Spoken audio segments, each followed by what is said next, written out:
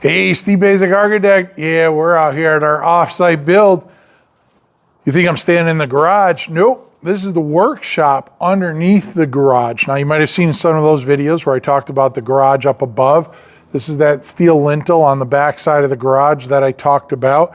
And this is, you know, some people call it a walkout basement. We actually have a drive-out basement here. So it's the homeowner's workshop. So it gives the, you know, garage door here the ability to bring in, you know, all of the large size pieces of wood, plywood and such for woodworking, big tools, but also to remove built product, right? Cabinetry and all of that stuff that's happening in here. So you can see this is, like I said, upstairs, a complementary dimension of the space above us. You can see there's the concrete planks from the garage floor above us. I'm standing on the rigid insulation that will become the concrete slab here. You can see part of it. We have our Stego vapor retarder there. It's a 15 mil poly. We have that over about half of the workshop. That'll continue over this. This all sits on top of a bed of stone so that we can move water and get rid of it. It's basically a sloping site that this is the low ground down in front of me here. So all the water's migrating in that direction. Like the main house, we have our superior wall system here, except this one has a haunch that was designed to receive the concrete planks above.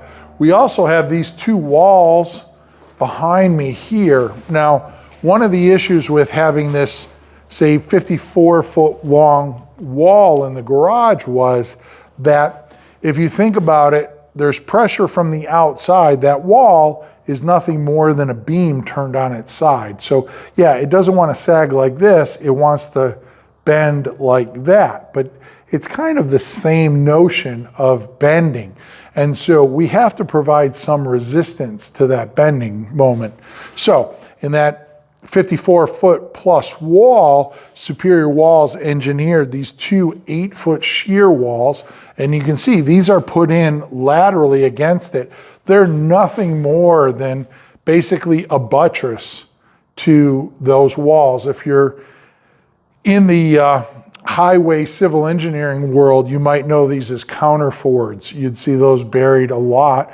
I actually have done some projects where we've done the same system to basement walls, but we put them on the outside. So they basically get buried in the ground, not in the basement. And they have a series of reinforcing that basically pulls the wall rather than pushes against it here. So anyways, we have our two shear walls. Notice also that Superior Wall, they finish it with a treated wood product. And that's in case we want to build a wall here, then we're connecting to something that we can nail to rather than just having a concrete face here. So they're kind of looking out for us in the future. You can see, like I said, we have our Stego wrap here. So this is pretty much ready for concrete placement here. We have a person door here where we can also walk in and out. Plus we have this little formation here of walls. This is basically the stairway that takes us up to the garage above. So we'll have a door here, and then we have our stairwell here, and the stairwell will basically be a single flight of stairs that take us up to the garage level up above there. So we can communicate between the workshop and the garage. And also over here, we have the door from the workshop into the main basement of the house. And you can see we have a bunch of conduits here. They lead to conduits that are coming up through the floor over there so that we can connect the panel. We can run some power out here to some sub panels. These columns here, these are just temporary supports.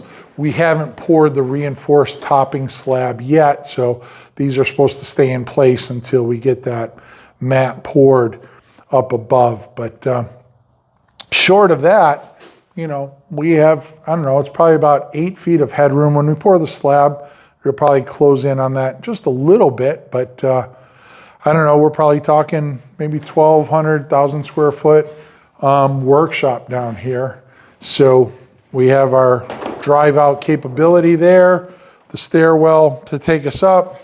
You know, a beautiful space that basically was recovered due to the contours in the site. You know, to relinquish the whole story, when we were originally thinking of this, we had a wall over here that was a frost wall, and we were going to bring in a bunch of backfill.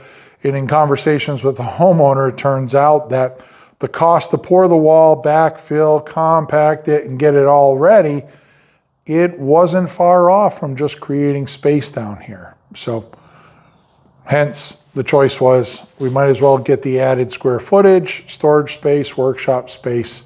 It's a saleable item on the house. So again, I mean, not many people out there wouldn't want a workshop like this attached to their basement. So anyways, I'm Steve Bazak, architect.